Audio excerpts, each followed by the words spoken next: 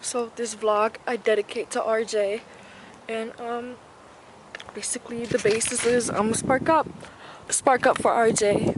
But while I'm walking, I guess I talk about what RJ meant to me.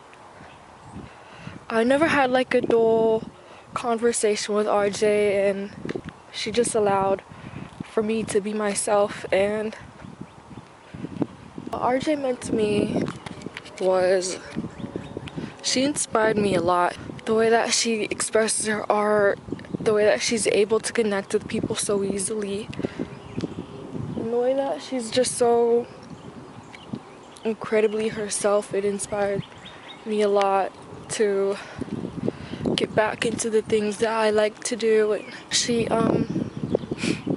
always allowed me to be myself, and sometimes I feel like I would be a bit shy around her, and she accepted that. She didn't like try to change who I was or say anything bad. She was also very loyal. I mean, she cared about the ones closest to her. She had a lot of love inside of her. I've really valued her as my friend. Every time we hung out, she would like tell me all these crazy stories, and we never had a bad conversation. Also, she wasn't problematic. That's another thing. RJ was never problematic, at least to me. So here I have a mini joint that I rolled. This is for you, RJ. Since we won't be able to smoke together anymore. What makes me upset is that she wanted me to come back out to Detroit, and I was gonna do that.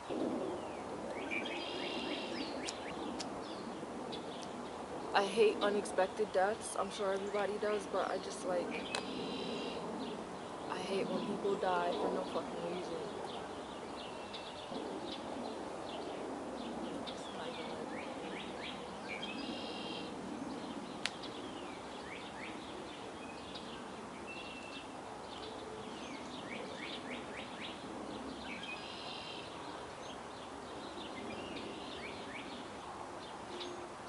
I'm gonna pass her the blunt. I can hit this. Slide it.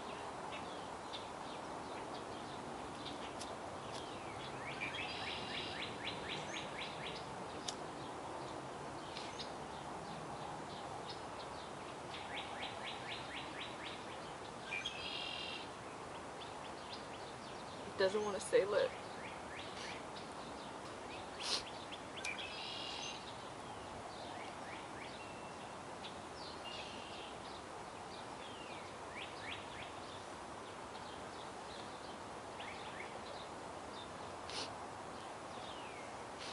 But,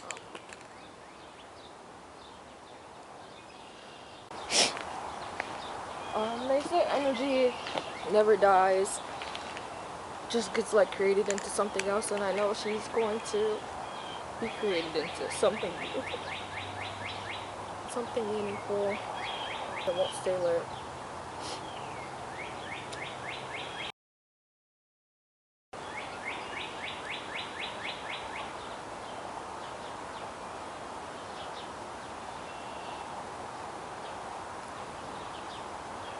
It's like, I don't even know what to say, man. I don't even know what to say. I swear I've lit this thing 30,000 times. I'm gonna give up.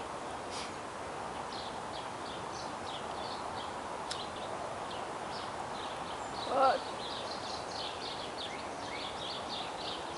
fuck it, man. So this didn't go as planned. The blunt didn't want to cooperate, and I burnt my mouth. RJ, I love you, queen. The world won't be the same. This whole past year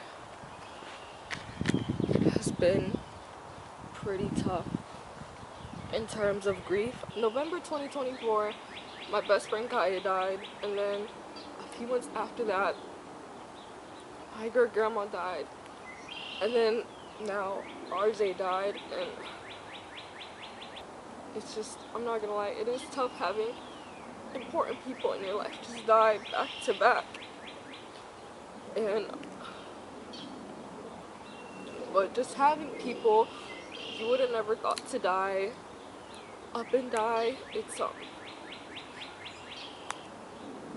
extremely tough, especially when knowing that they were hoping that they would see tomorrow, that they would live to see tomorrow, and then that tomorrow never came. And I just want to take this moment and take all that as a reminder to be grateful. It can truly just end like that. And I don't know, I've just been questioning everything.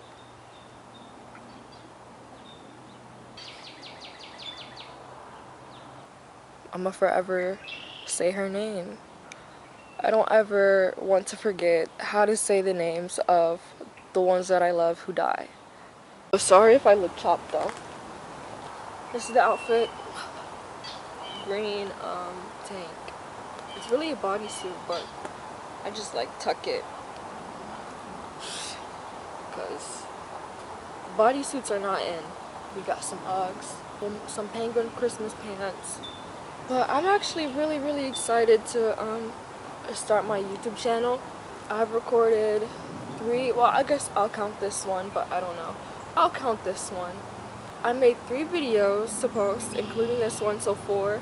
And my only thing that I don't know how to juggle is how do I get people to watch my YouTube, but then also how do I still post on HoneyNay? So I just want to find balance between those because I don't want to abandon HoneyNay. I love, not HoneyNay. I don't want to abandon Import Déjeuner, Honey Vlogs. So I just want to figure out a way to balance posting on YouTube and still posting on Honey Vlogs without intersecting them. My idea was to like post the half of the video on Honey Vlogs and then just put at the end like watch the rest on YouTube. I think I will do that, but I'm gonna post this on YouTube. But damn, I'm really gonna miss RJ though. Like, but I will say one thing that I do like find myself struggling at is how are you supposed to just go on about your day? The world keeps spinning, but how do you go back into rotation of the world? Like, I don't want to say I feel like my world stopped, but I feel like it, like, you know when like you get caught on the door, that's how it feels. It feels like my jacket got stuck in the door, and so now, and the world just keeps walking without me. I don't really know, besides hanging out with my family, I don't really know how to like integrate myself back into the world. But I guess I just gotta give myself grace. I just have to give myself grace.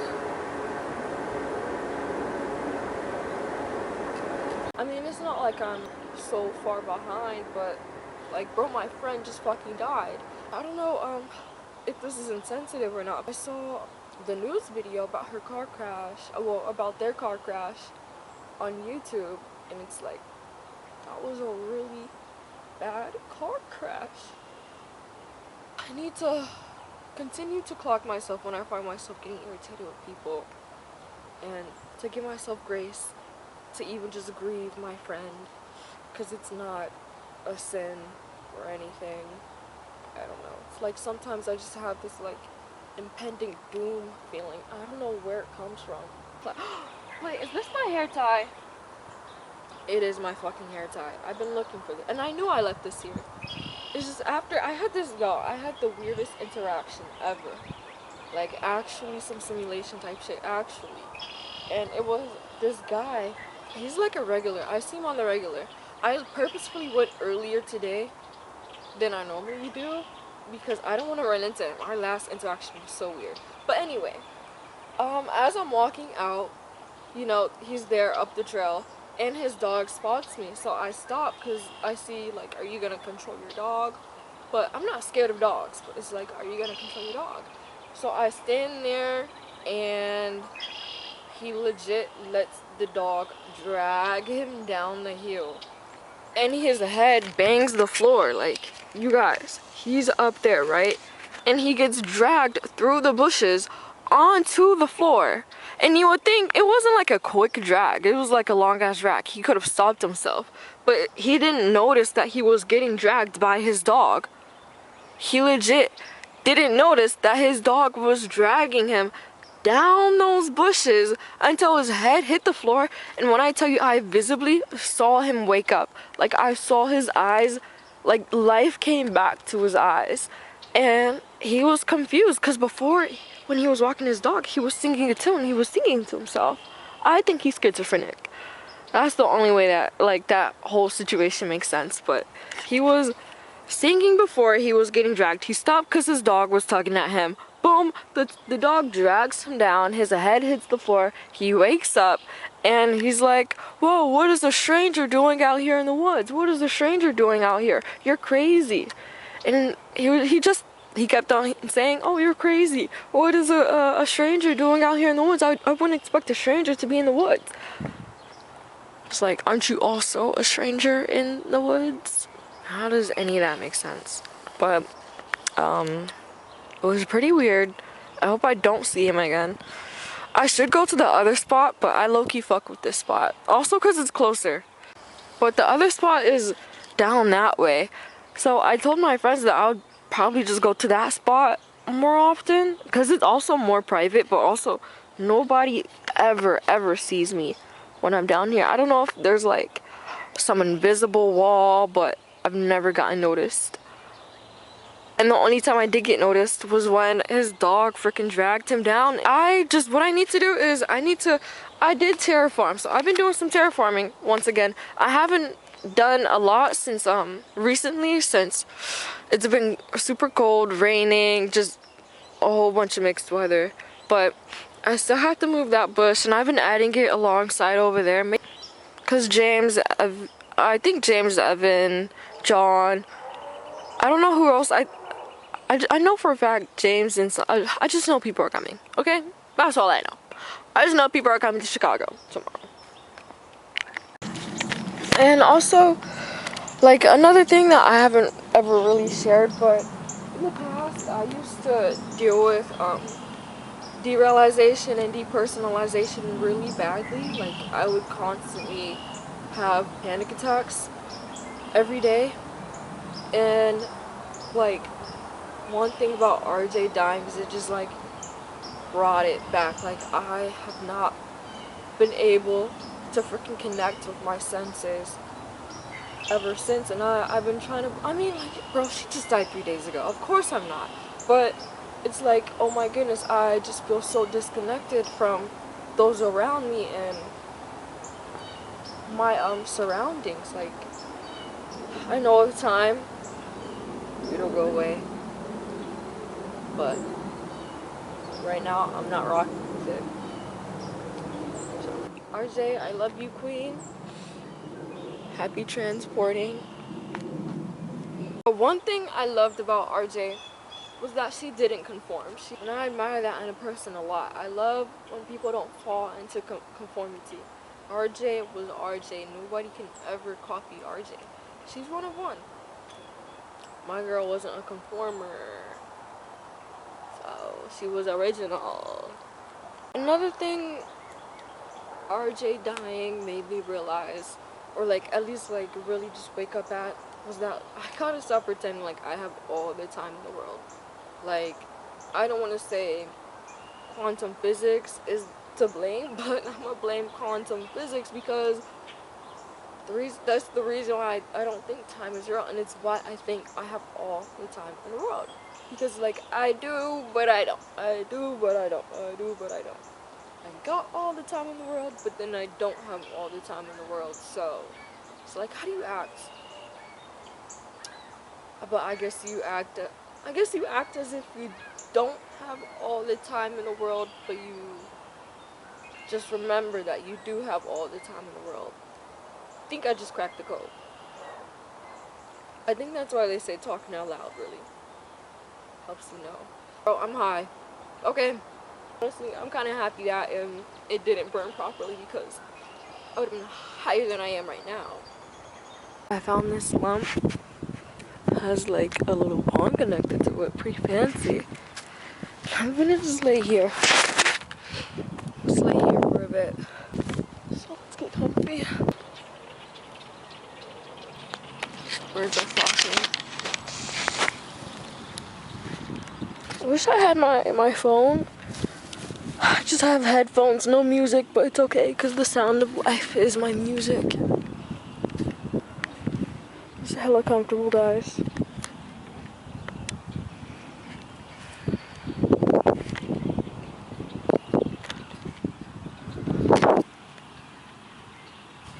It's like so relaxing though.